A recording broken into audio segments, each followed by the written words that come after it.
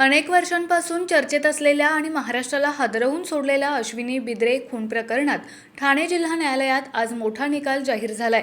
या प्रकरणातील मुख्य आरोपी माजी पोलीस निरीक्षक अभय कुरुंदकर याच्यावर खुनाचा तसेच पुरावे नष्ट करण्याचा गुन्हा सिद्ध झालाय। तसेच या प्रकरणातील कुंदन भंडारी आणि महेश पाटील हे दोघेही दोषी आढळून आले असून यांच्यावरही गुन्हा सिद्ध झालाय।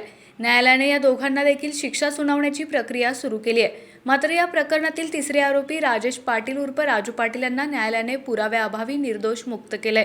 अभय कुरुंदकरला फाशी की जन्मठेप यावर निर्णय येत्या 11 एप्रिल रोजी दुपारी ठाणे जिल्हा न्यायालयात होणार आहे। त्यामुळे आता सर्वांचे लक्ष त्या अंतिम सुनावणीकडे लागले।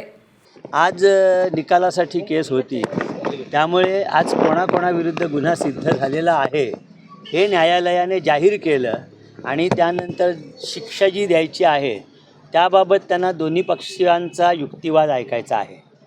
म्हणजे फिर्यादी पक्षाचं काय म्हणणं आहे की कारण आरोपी क्रमांक 1 आहे याच्याविरुद्ध 302 म्हणजे खुनाचा गुन्हा सिद्ध झालेला आहे आणि आरोपी क्रमांक 3 आणि 4 यांनी तो खून झाल्यानंतर एकाने त्यातल्या ज्या शरीराचे जे तुकडे होते ते डिस्पोज ऑफ करण्यासाठी गोणी आणल्या, ते तुकडे त्याच्यात भरले आणि दुसऱ्यांनी ते तुकडे ज्या गोणी होत्या त्या भाईंदरच्या खाडीत फेकण्यासाठी मदत केली।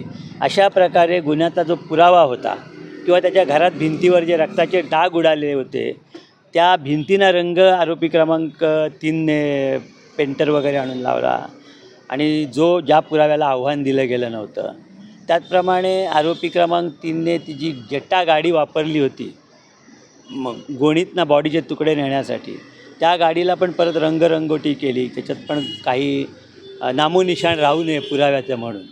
त्यामुळे त्या दोघांना 3 आणि 4 यांना गुन्ह्यातला पुरावा नष्ट करण्यासाठी मदत केली म्हणून त्यांना धरलेलं आहे। कटाचं त्यांच्या म्हणजे ते अगोदर काही त्यांची भेट झाली होती किंवा खुनाबद्दल त्यांची काही चर्चा झाली होती असा काही पुरावा दिसून येत नाही असं न्यायालयाचं म्हणणं आहे।